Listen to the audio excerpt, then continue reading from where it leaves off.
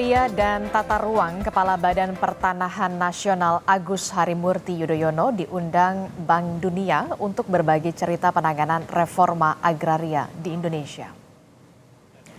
Menteri ATR Kepala BPN Agus Harimurti Yudhoyono diundang Bank Dunia untuk berbagi kisah sukses Indonesia kepada negara-negara lain dalam forum World Bank Land Conference di Washington DC, Amerika Serikat. Salah satunya adalah tentang keberhasilan pemerintah Indonesia memetakan dan mendaftarkan lebih dari 100 juta lahan bidang yang menarik perhatian dunia, di mana 50% keberhasilan ini terjadi dalam masa 9 tahun pemerintahan Presiden Joko Widodo. Menteri AHY di World Bank Land Conference tampil dalam sesi bertajuk Global Land Agenda, Global Land Policy Forum Strategies for Success by Government Champions pada hari Senin 13 Mei 2024 jam 2 siang waktu Washington DC atau Selasa dini hari tadi waktu Indonesia bagian Barat. Lebih lengkap dan juga mendalam terkait apa saja yang kemudian dipaparkan dan diperoleh oleh Indonesia di Forum Bank Dunia terkait dengan kebijakan reforma agraria, kita akan berbincang langsung dengan Menteri ATR Kepala BPN Agus Harimurti Yudhoyono yang baru saja selesai berbicara di Forum Bank Dunia di Washington DC, Amerika Serikat. Selamat pagi waktu Indonesia atau selamat malam waktu Washington DC, Mas AHY. Selamat pagi Indonesia, apa kabar? Ya, kabar baik Mas AHY. Mas, saya ucapkan selamat dulu ya, Anda akhirnya bisa menjadi pembicara di forum internasional yang kemudian bergengsi di Bank Dunia begitu ya. Selamat untuk Mas AHY. Mas AHY ini kan baru saja menjadi pembicara kemudian di forum internasional berbagi kisah sukses Indonesia. Cerita sedikit dong Mas, ini awalnya bagaimana kemudian bisa hadir sebagai pembicara, salah satu pembicara di sana, Mas AHY? Iya, terima kasih Mbak Disti. Sebelum saya memberikan jawaban, izinkan saya juga turut berbelasungkawa atas apa yang terjadi di wilayah Sumatera Barat, sebuah bencana banjir bandang yang telah menelan korban jiwa. Kita doakan semoga husnul khotimah, sedangkan keluarga ini ditinggalkan diberikan kekuatan dan pemerintah daerah dan kita semua bisa segera melakukan langkah-langkah tanggap bencana. Kami sendiri, Kementerian ATR BPN juga siap untuk memberikan support, termasuk apakah diperlukan untuk melakukan relokasi dalam konteks keselamatan bagi masyarakat kita yang ada di sana. Jadi terima kasih Mbak Disti sekali lagi. Alhamdulillah ini sebuah kehormatan bagi bangsa Indonesia, tentunya undangan yang kami terima untuk mewakili pemerintah Republik Indonesia berbicara di sebuah konferensi internasional yang diselenggarakan oleh World Bank. Saat ini saya berada di Washington DC dan tadi seharian berada di markas besar Bank Dunia dalam sebuah land conference. Dihadiri oleh lebih dari 1.300 peserta, hadir juga 21 menteri dan secara keseluruhan tadi saya mendapatkan informasi acara ini juga direpresentasi oleh 81 negara. Dan Indonesia salah satunya. Dan yang menjadi kehormatan bagi kita adalah undangan ini memang ditujukan untuk memberikan kesempatan, memberikan ruang kepada Indonesia untuk berbagi cerita dan kisah sukses dari pemerintahan khususnya di bidang reforma agraria.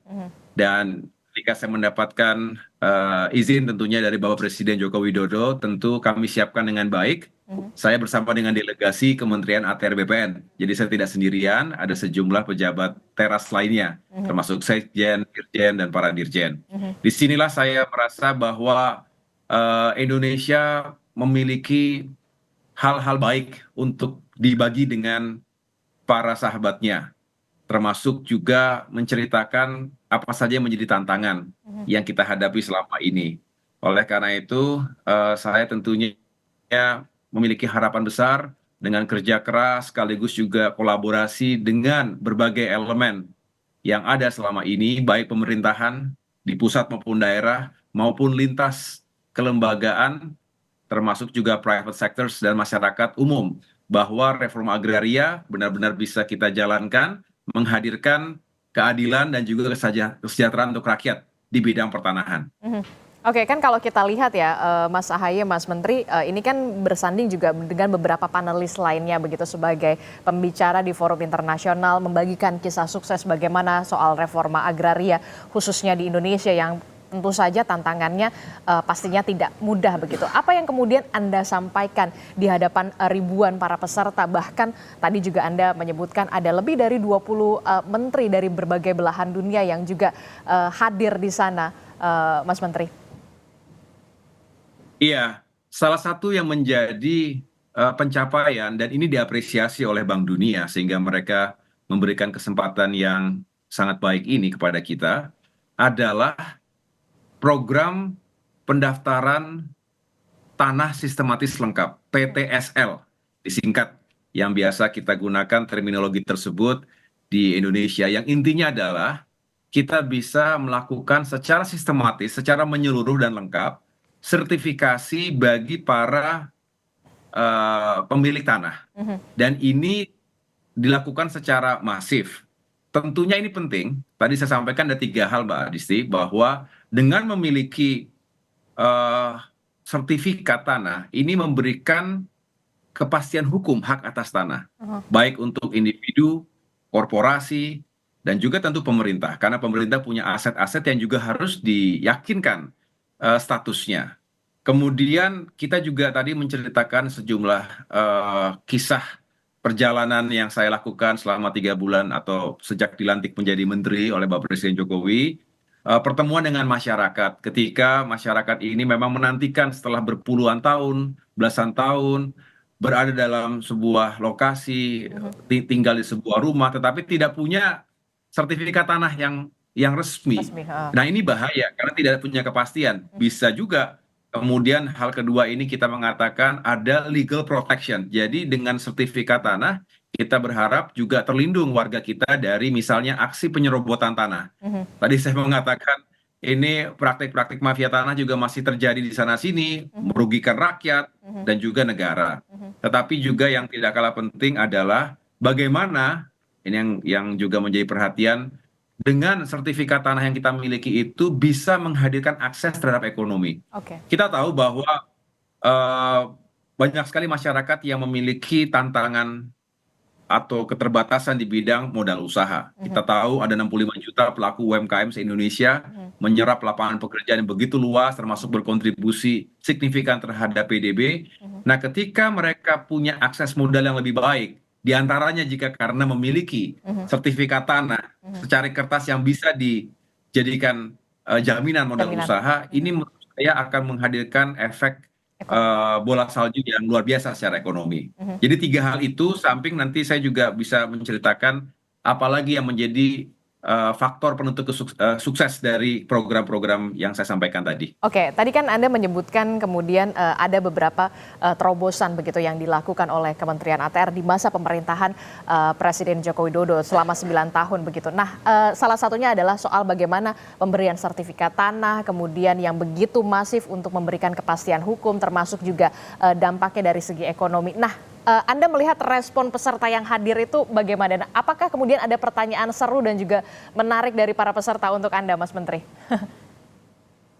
Iya, jadi tadi forum yang sangat baik, semuanya saling memberikan respect dan juga berharap bisa saling belajar.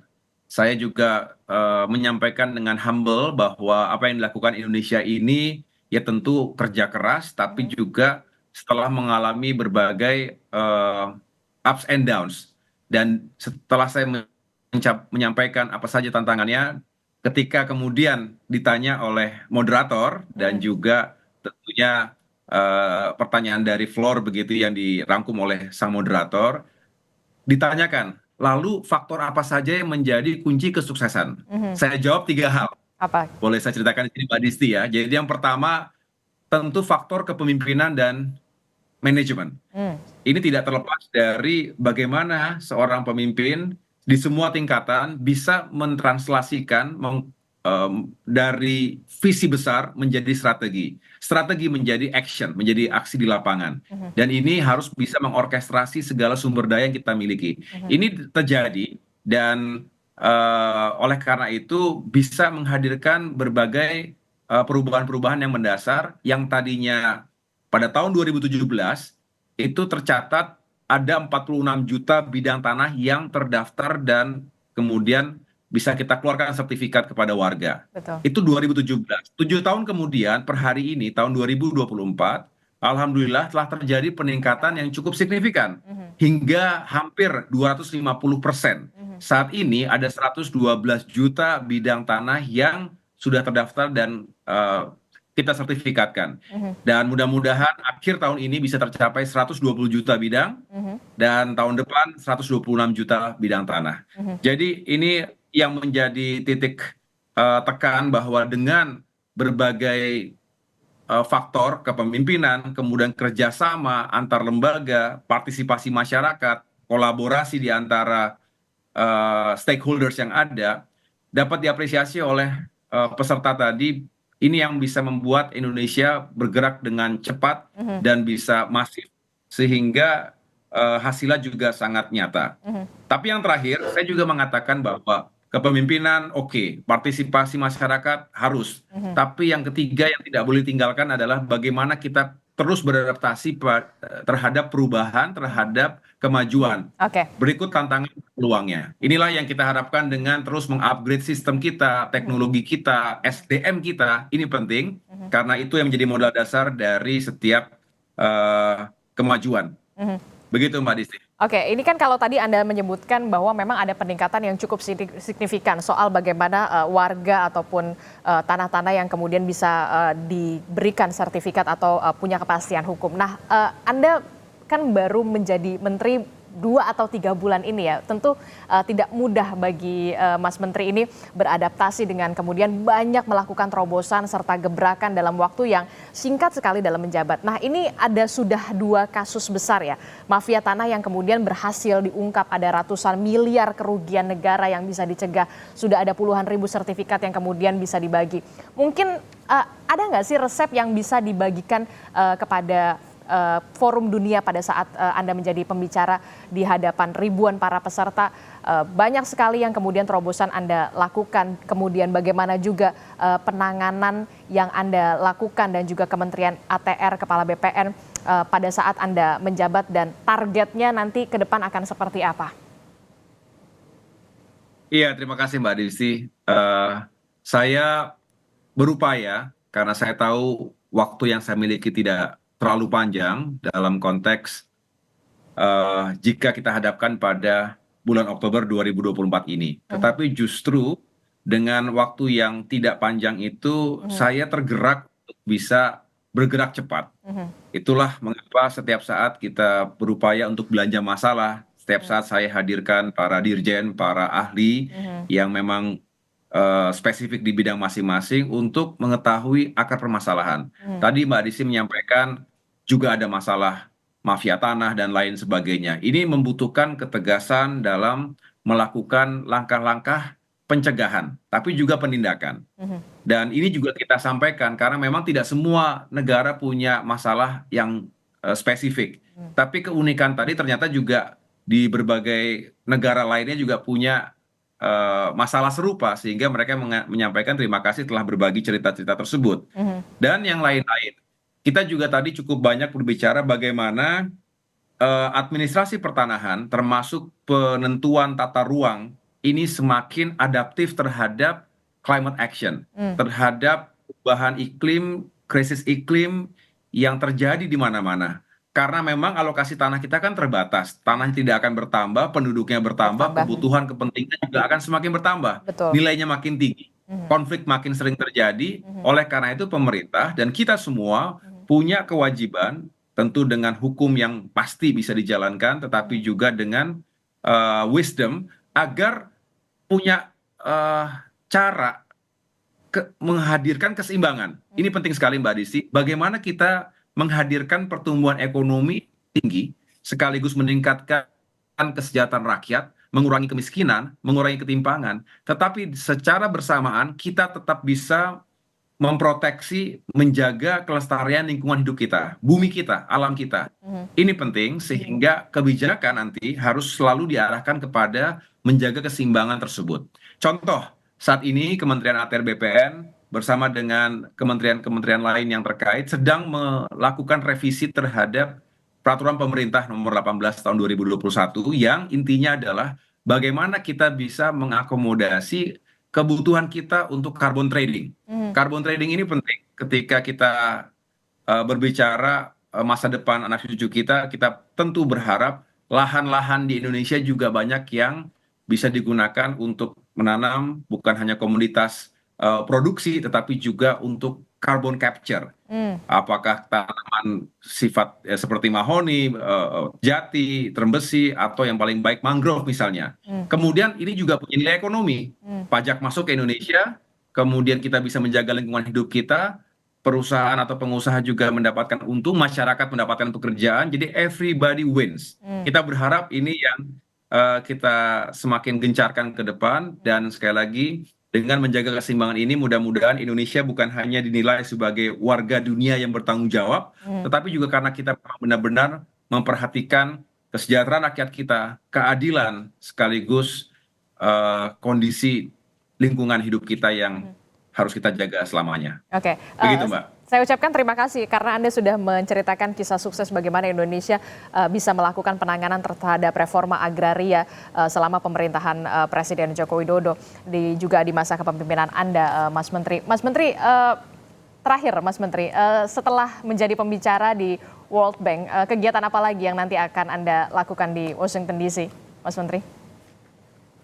Iya, saya mencoba, ini juga saya niatkan untuk bisa menyapa masyarakat Indonesia yang ada di Washington DC, dan besok insya Allah saya akan datang ke KBRI yang akan dihadiri juga oleh sejumlah diaspora masyarakat Indonesia yang perlu kita jelaskan juga update terakhir, terutama terkait dengan tanah, dengan tata ruang, dengan urusan-urusan lainnya yang menjadi perhatian masyarakat yang ada di sini. Saya juga insya Allah selalu menyiapkan waktu dengan senang hati untuk bisa berdiskusi dengan para mahasiswa, para pelajar yang saat ini sedang studi di negara ini maupun di tempat-tempat yang lain. Karena kita tahu bahwa dengan diskusi, dengan dialog, kita semakin memahami seperti tadi. Setelah konferensi berakhir, saya mengunjungi kantor World Bank, di mana di situ ternyata cukup banyak warga Indonesia yang mendapatkan amanah dan tugas-tugas khusus di World Bank yang membanggakan. Ini orang-orang top yang mudah-mudahan juga bisa terus berkarya, berkontribusi kembali untuk Indonesia. Begitu pula dengan para mahasiswa, kita berharap semuanya sukses dan kembali bisa berbuat sesuatu untuk negeri kita. Karena Indonesia memanggil semua talenta, memanggil semua putra-putri terbaik bangsa, banyak hal yang bisa kita kerjakan bersama, dan dengan sumber daya manusia yang unggul, mudah-mudahan Indonesia semakin maju ke depan. Oke, sekali lagi saya ucapkan selamat Anda sudah menjadi pembicara di forum internasional yang kemudian bergengsi sekali di World Bank, berbagi kisah sukses sebagai Menteri ATR di bawah kepemimpinan Presiden Joko Widodo dengan segala terobosan. Kita akan tunggu terobosan baru dari Anda, Mas Menteri, terkait dengan bagaimana reforma agraria di Indonesia pastinya. Terima kasih Menteri ATR, Kepala BPN Agus Harimurti Yudhoyono telah bergabung bersama kami. Terima kasih Mas Menteri, selamat sekali lagi. Assalamualaikum, selamat pagi. Terima kasih Mbak Disti. Terima kasih. Saudara info